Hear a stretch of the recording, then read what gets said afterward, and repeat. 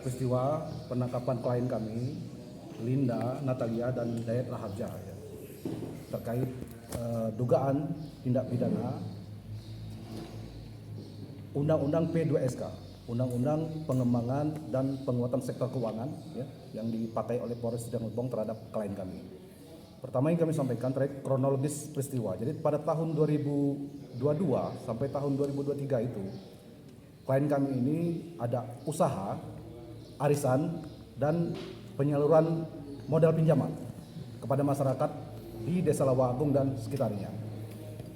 Usaha tersebut di tahun 2022 sampai pertengahan tahun 2023 itu berjalan lancar tanpa ada kendala. Para peminjam ataupun pemilik modal mendapatkan hasil yang cukup signifikan. Ada yang bisa beli mobil, beli rumah dari orang yang memberikan pinjaman modal, termasuk saudara Linda sendiri yang mendapatkan keuntungan sebesar 10% sampai 15% dari usaha yang dilakukan tersebut, juga berhasil membeli beberapa aset, mobil, kebun, mobil 2, motor, rumah, dan lain sebagainya. Nah, malapetaka mulai terjadi pada September sampai November 2023. Ada seseorang yang bernama Umi dengan pemilik usaha investasi yang sama. Ini ternyata melarikan diri ke tempat lain yang tidak tahu diketahui tempatnya, dan membawa uang masyarakat di sana. Dan ini ternyata berdampak pada usaha milik Linda dan suami Dayat Raharja ini. Nah, ada isu kekhawatiran masyarakat pada waktu itu Linda akan melarikan diri, padahal faktanya tidak pernah untuk melarikan diri itu. Berbondong-bondonglah pemilik modal datang ke sana, baik pemilik modal arisan maupun pemilik modal usaha investasi yang dilakukan ke rumah Linda untuk menarik segera dana mereka, padahal berdasarkan perjanjian dana tersebut belum jatuh tempo untuk ditarik. Cuman karena situasi menjadi ribut ya, tidak terkendali, maka dengan itikat baik untuk menyelesaikan dana-dana milik masyarakat itu, Linda menyelesaikanlah sebagian dari dana itu. Aset-aset hasil dari usaha Linda ini diserahkan semua ke para pemilik modal. Ditambah lagi aset-aset milik orang tua, ya, aset juga punya mertua Linda juga diserahkan. Semakin kondisi tidak terkendali, di Desember 2023, Linda dan Dayat ini mendatangi Polda Bengkulu untuk menyerahkan diri agar persoalan apa yang dihadapi ini diselesaikan secara hukum, dalam penegakan hukum. Ternyata ditolak oleh orang Polda. Kenapa? Karena menurut Polda ini masuk dalam ranah perdata. Karena tidak bisa diselesaikan secara pidana, maka Linda ini pulang lagi ke rumah. Tapi situasi di desa, di dusun tempat tinggal itu masih belum kondusif untuk Linda tinggal di tempat tersebut. Akhirnya pindahlah ke Lampung, Pringsewu, Kabupaten Pringsewu, sejak 2024 sampai dengan 2026. Kemudian ada laporan ke Polres Sidang Lebong dari seorang dengan beberapa saksi, ya kan, bahwa masih ada kerugian dari para pemilik modal ini sebesar 2 miliar. Akhirnya di 31 Maret 2026 Linda diamankan dari Kabupaten Pringsewu.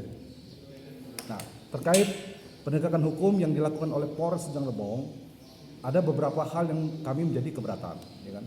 Perlu menjadi catatan-catatan khusus juga untuk jaksa penuntut umum nantinya maupun nanti di hakim di Pengadilan Negeri Curug. Apa itu? Pertama, bahwa penerapan pasal yang disangkakan kepada klien kami Linda ini dalam pandangan kami tidak sesuai dengan hukum yang semestinya. Dia dijerat dengan Undang-Undang P2SK, Undang-Undang Pengembangan dan Penguatan Sektor Keuangan, yang menjerat klien kami ini dengan ancaman 15 tahun. Atau denda dengan kategori 7 berdasarkan Undang-Undang 1 tahun 2006 tentang penyesuaian pidana. Nah, kalau kita melihat dari terminologi hukum yang ada di dalam Undang-Undang P2SK, kegiatan usaha yang dilakukan oleh Linda dan Dayat ini bukan kegiatan usaha yang dimaksudkan di dalam Undang-Undang P2SK tersebut.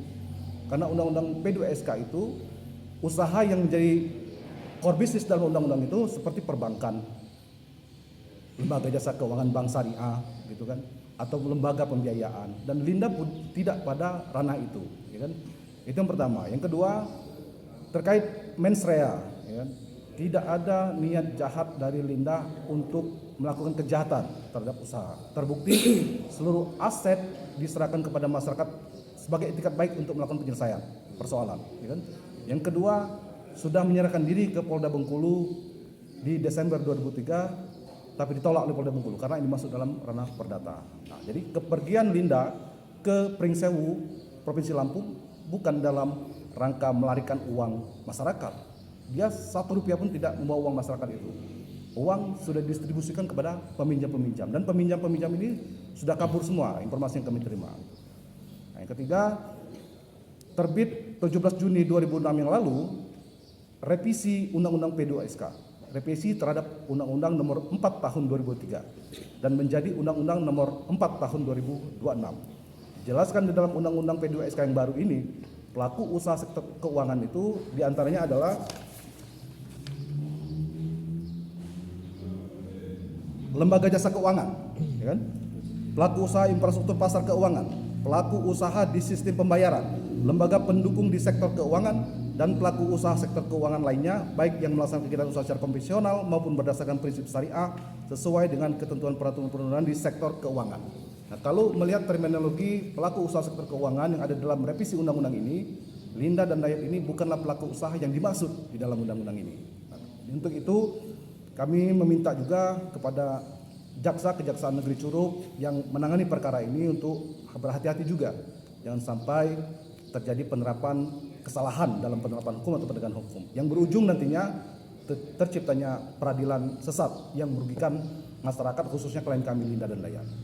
Itu barangkali dari kami. Bang, untuk keuangan sendiri yang sudah dikembalikan oleh klien Abang ini mencapai berapa, Bang? Dan kerugian dari 2022 sampai dia diamankan itu total seluruhan berapa, Bang?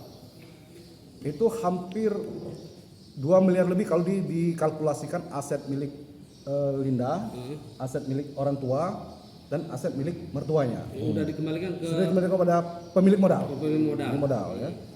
Jadi bahasanya pada waktu itu bukan benar? Yang belum dikembalikan berapa orang lagi sekarang? Nah, sekarang ada laporan masuk, ada 19 masyarakat lagi kan, yang belum dikembalikan. Sekitar berapa total? 2 miliar. 2 miliar juga. 2 miliar. Nah, yang menjadi catatan juga, Undang-Undang P2SK yang dipakai oleh Polres Rejang Lebong, ya kan? Kalau Polres Rejang Lebong menganggap ini masuk dalam Undang-Undang P2SK, di dalam bagian penjelasan Undang-Undang P2SK itu mengedepankan penyelesaian secara restoratif justice. Nah, penyelesaian secara restoratif justice ini sudah dilakukan Linda lebih dulu di tahun 2023 dengan menyelesaikan ini secara sukarela, ya kan? Walaupun tanpa pendampingan penegak hukum pada waktu itu. Nah, harapan kami juga Polres Rejang Lebong harus melihat sisi ini, bahwa sudah ada penyelesaian restoratif justice. Nah, mengapa ini harus dipaksakan menjadi sebuah tindak pidana? Ya, begitu. Jadi bisa dikatakan mentah lah itu penetapan tersangka klien Abang ini ya, karena menetapkan undang-undang P2SK. Nah, jadi kalau kami tidak menyebut mentah penetapan tersangka ini, ya kan? Secara hukum barangkali 2 alat bukti sudah terpenuhi untuk menetapkan tersangka. Tapi dalam pandangan kami salah dalam penerapan pasal, dalam penerapan hukum. Bukan itu ranah penegakan hukumnya untuk pelaku usaha ini. Untuk ini Bang, ya, informasi yang ini sejak ditahan itu sampai sekarang sudah berapa lama Bang klien Abang ini ditahan oleh pihak Polres? Baik, sejak ditahan di tanggal 31 Maret 2026 sudah 20 hari pertama itu sudah dilakukan, kemudian perpanjangan 40 hari di tingkat Polres. Ternyata proses penyelidikan